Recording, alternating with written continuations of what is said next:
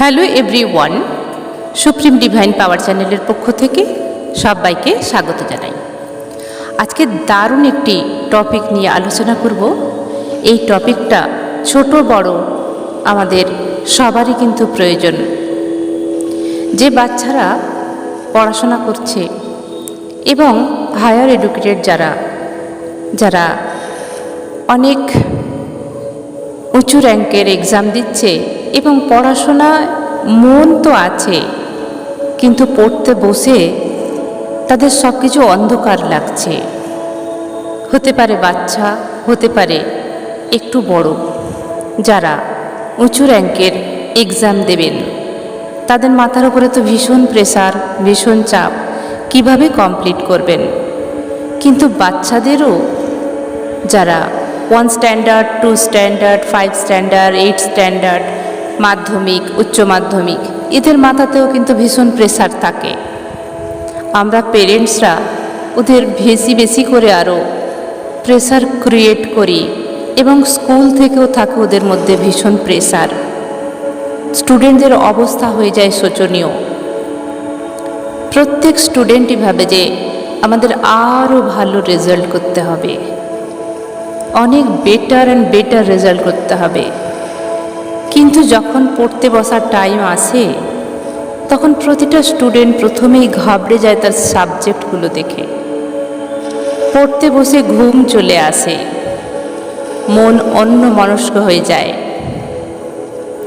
বিভিন্ন খেলার ছলে মনে পড়ে যায় বিভিন্ন ঘটনা, বা চোখ বন্ধ হয়ে আসে, বা মোবাইলে আকৃষ্ট হয়ে পড়ে। আজকে এখান থেকে রিকভার করার জন্য আমি বিশেষ কিছু টিপস এনেছি। এই টিপসগুলো যদি মেনে চলতে পারে স্টুডেন্ট, তো স্টুডেন্টদের অনেক ভালো বেনিফিট হবে। এবং আমি চাই পেরেন্টসরা স্টুডেন্টদের এই টিপস ফলো করতে বলুন, এবং যদি আপনাদের আরও কিছু টিপস জানা থাকে তবে অবশ্যই ফলো করান। প্রথমেই বলবো, প্রত্যেকটা স্টুডেন্ট কিন্তু ভালো, প্রত্যেকেই চায় আমরা আরও ভালো করে পড়াশোনা করব। তো তাদের জন্য সেই পরিবেশের সৃষ্টি করুন। সবার প্রথম, বাচ্চা যখন পড়াশোনা করবে মনে রাখবেন সেখানে আশেপাশে কেউ যেন ফোন নিয়ে না বসে থাকে, বা টিভির সাউন্ড ভলিউম যেন আসতে থাকে বা বন্ধ থাকে, এবং বাড়ির মধ্যে কোনো রকম অশান্তি ক্রিয়েট না হয় ওই সময়টুকু। মেনলি যে টিপসগুলো বলবো এগুলো যদি পালন করতে পারেন তো ভীষণ ভালো হবে। সবগুলো যদি না মানতে পারেন, কিছু কিছু অন্তত টিপস ফলো করান। আমাদের বৈদিক যুগ থেকে বা আমাদের পুরানো ঋষি মহারিষিরা যারা বাচ্চাদের পড়াশোনা করাতেন, একটা টাইম শিডিউল থাকতো, ব্রহ্ম মুহূর্ত। এই ব্রহ্ম মুহূর্তে পৃথিবী যেন তার অমৃত বর্ষা করে, প্রকৃতি হয়ে যায় শান্ত নির্মল, এবং আমাদের মন থাকে একাগ্রচিত্ত। এই সময় গুরুকুলে পড়াশোনা করানো হতো বেশিরভাগ টাইমে। এই যে অমৃত বেলা বা ব্রহ্ম মুহূর্ত, এই টাইমটা হচ্ছে 4:20 থেকে 5:12 পর্যন্ত। 4:20 থেকে 5:12 পর্যন্ত যে টাইমিং আছে, আপনারা এই টাইমটাকে কমা বাড়া করে নিতেই পারেন। 4টে থেকে যদি কোনো স্টুডেন্টকে পড়াতে বসতে পারেন 5:30 পর্যন্ত, এই 1.5 ঘন্টার পড়া কিন্তু অন্য সময় যে পড়াশোনা হবে তার 4 থেকে 5 গুণ, কেন 6 গুণ 10 গুণ বেশি পড়াশোনা হয় এই টাইমে। স্মৃতিশক্তি বৃদ্ধি পায়, কনসেন্ট্রেশন বৃদ্ধি পায়, এবং মন শান্ত থাকার ফলে ভীষণ তাড়াতাড়ি পড়াশোনাগুলো সাবকনসিয়াস মাইন্ডের মধ্যে রেজিস্টার হয়ে যায়। এবং এই সময় পড়াশোনা করলে স্টুডেন্ট পড়াশোনা দীর্ঘদিন মনে রাখতে পারে। নাম্বার 1 পয়েন্ট তো বললাম। নাম্বার 2 হলো আপনারা শ্বাসে ফোকাস করুন। ব্রিদিং নিন। ব্রিদিং হলো আমাদের সবচেয়ে বড় এক্সারসাইজ মনকে শান্ত করার জন্য। পেট ভরে শ্বাস নিন নাক দিয়ে, কিছুক্ষণ হোল্ড করুন, তারপর গাল দিয়ে শ্বাস ছেড়ে দিন। এইভাবে 3 বার শ্বাস প্রশ্বাস গ্রহণ করুন এবং বর্জন করুন। এরপর আপনার নস্ট্রিলকে চেক করুন কোন নস্ট্রিল দিয়ে এয়ার বইছে। সবসময় জানবেন আমাদের দুটো নস্ট্রিল দিয়ে খুব কম টাইমের জন্যই কিন্তু শ্বাস প্রশ্বাস বয়। বেশিরভাগ টাইম হয় আমাদের রাইট সাইড নস্ট্রিল, আর ওটা চেঞ্জ হয়ে যায় 1 ঘন্টা ছাড়া ছাড়া আমাদের চেঞ্জ হয়, আবার লেফট সাইড নস্ট্রিল দিয়ে চালু হয়ে যায়। যখনই পড়াশোনা করতে বসবেন মনে রাখবেন লেফট সাইড নস্ট্রিল যেন ওপেন থাকে। এতে করে কি হবে, আমাদের চন্দ্রনাড়ি অ্যাক্টিভ হয়। চন্দ্রনাড়ি অ্যাক্টিভ হওয়ার ফলে আমাদের মন শান্ত হয় এবং পড়াশোনা আমরা অনেক লং টাইম ধরে করতে পারি, এবং মন শান্ত থাকার ফলে এই পড়াশোনা আমাদের অনেক বেশি বেশি টাইম মনে থাকে। নাম্বার 3, বিছানাকে অ্যাভয়েড করুন। কোল বালিশ, পাশ বালিশ, হেলাম দেয়া, এগুলোতে কি হয়, পড়াশোনায় লেজিনেস আসে। আগেকার দিনে কাঠের চেয়ার ইউজ করা হতো। আপনার বাড়িতে যদি কাঠের চেয়ার থাকে তাহলে ভীষণ ভালো। এই কাঠের চেয়ার বসলে কি হয়, পিঠের দিকে যে কাঠের স্ট্যান্ডটা থাকে এতে আমাদের ব্যাকবোনটাকে সম্পূর্ণ সোজা রাখে। সেই হিসাব করেই আগেকার দিনে টিচারদের এরকম চেয়ার তৈরি করা হতো, এবং বাড়িতে যারা পড়াশোনা করতেন তাদের এরকম চেয়ারের ব্যবস্থা থাকতো। আর কাঠের তৈরি, কাঠ হলো আমাদের প্রকৃতির জিনিস। আমাদের ব্যাকবোনকে সবসময় সোজা রেখে যদি আমরা পড়াশোনা করি তাহলে আমাদের স্মৃতিশক্তিতে এবং আমাদের মেমোরি আরও ওপেনিং হবে, এবং পড়াশোনা খুব চটজলদি আমাদের ব্রেনে রেজিস্টার হয়ে যাবে।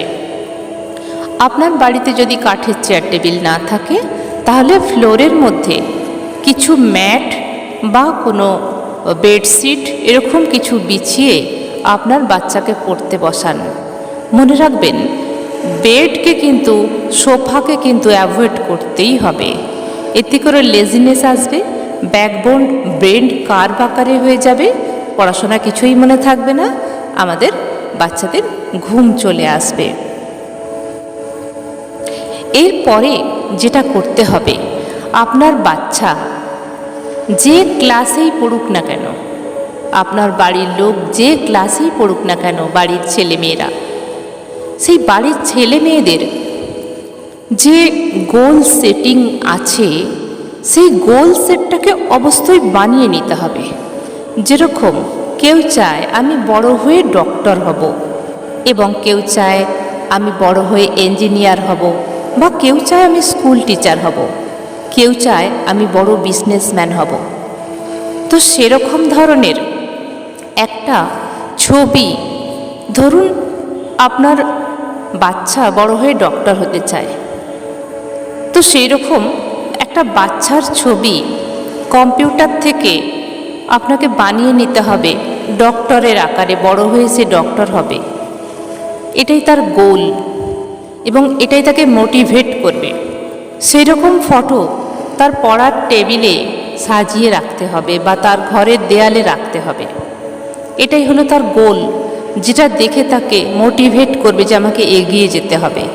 যদি কেউ টিচার হতে চায় তাহলে টিচারের ছবি, ফেমাস টিচারের ছবি, বা নিজেকে কল্পনা করতে হবে নিজে টিচারের চেয়ারে বসে আছেন এবং সামনে অনেক স্টুডেন্ট, এরকমভাবে একটা কম্পিউটারের ছবি বানিয়ে নিয়ে সেই ইমেজটাকে ফ্রেমে বন্দি করে পড়ার টেবিলে রাখতে হবে। এই ফ্রেমের ছবিটাই তাকে ইন্সপিরেশন দেবে পড়াশোনায় আরও মোটিভেট করতে। যদি আপনি বিজনেসম্যান হতে চান, আপনার বাচ্চা যদি বিজনেসম্যান হতে চায়, তাহলে একটা বড় ফ্যাক্টরির ছবি এবং তার সামনে নিজের ফটোকে রাখতে হবে যে স্টুডেন্ট। এবং এটাই হলো তার গোল সেট। সেদিকে যখনই সে দেখবে তার মনের ইন্সপিরেশনটা আরও বেড়ে যাবে এবং তাকে পড়াশোনায় আরও আগ্রহী করবে।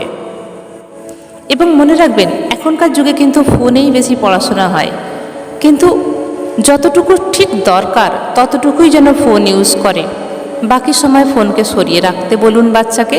এটুকু বাড়ির থেকে গাইডেন্স করুন। আপনার বাচ্চাকে আপনি যদি মা হয়ে থাকেন তাহলে অবশ্যই গাইড করুন যে বাচ্চা যেন শুয়ে শুয়ে পড়াশোনাটা না করে, এবং বাচ্চা যখন পড়তে বসবে তাকে অবশ্যই প্রথমে জল খাওয়ান। অন্তত খুব বাচ্চা হলে হাফ গ্লাস খাওয়ান, নাহলে 1 গ্লাস জল খাওয়ান। এরপরের যে ফোকাস সেটা করতে হবে কি, যে রুমটা স্টাডি রুম হবে সেই স্টাডি রুমের বেড কভার যেন গ্রিন কালারের হয়। গ্রিন হলো বুধের কালার, আর বুধ হলো আমাদের বুদ্ধি দেয়। বুধ মানে মার্কিউরি প্ল্যানেটকে আমরা শো করি, এবং এই মার্কিউরি প্ল্যানেট আমাদের বুধ বা বুদ্ধি দেয়। এবং মাথায় রাখতে হবে ঘরের দরজা জানালা, অন্তত জানালাগুলো যেন পরিষ্কারভাবে খোলা থাকে, বাইরের এয়ারগুলো আসতে থাকে। ঘরকে পরিষ্কার পরিচ্ছন্ন রাখতে হবে, কোনো রকম মাকড়সার জাল, ধুলোবালি এগুলো যেন না থাকে, কারণ এগুলোকে বলা হয় নেগেটিভ এনার্জি। তাহলে কি হবে, বাচ্চার মনের ওপর অনেক কিছু প্রভাব আসবে, বা স্টুডেন্টের মনের ওপর অনেক কিছু প্রভাব আসবে।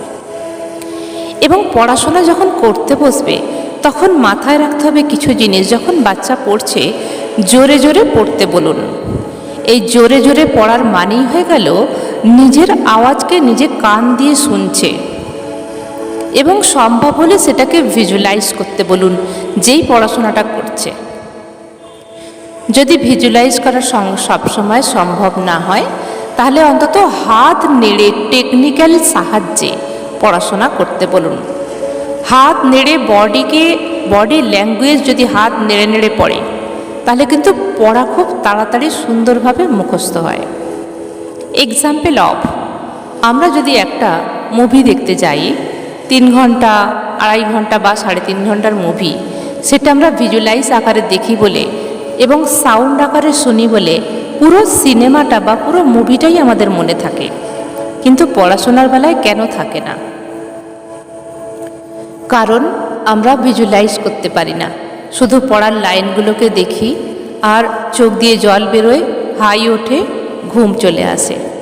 কিন্তু যদি আমরা হাত নেড়ে নেড়ে পড়ি, গলা নাড়িয়ে নাড়িয়ে পড়ি, জোরে জোরে সাউন্ড করে পড়ি, তাহলে এই ভাইব্রেশন আমাদের হাত নাড়ার ফলে হাতের আঙুলের সঙ্গে আমাদের ব্রেনের কানেক্ট থাকে।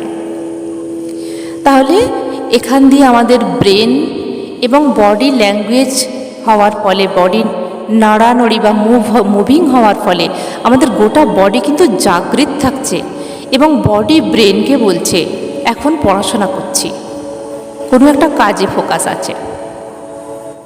এইভাবে বাড়ির স্টুডেন্টকে পড়াশোনা করতে বলুন। এছাড়া যেটা করবেন, একটানা অনেকক্ষণ পড়তে না বসে 15 থেকে 20 মিনিট ছাড়া ছাড়া একটুখানি ব্রেক নিন।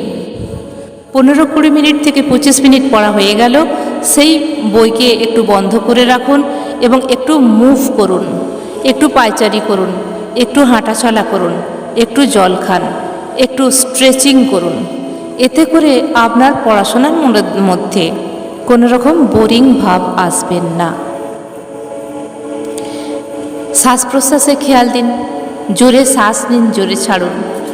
এইভাবে কয়েকটা যদি টিপস ফলো করেন তাহলে কিন্তু আপনাদের স্টুডেন্টদের পড়াশোনা কিন্তু অনেকটা উন্নতি হবে।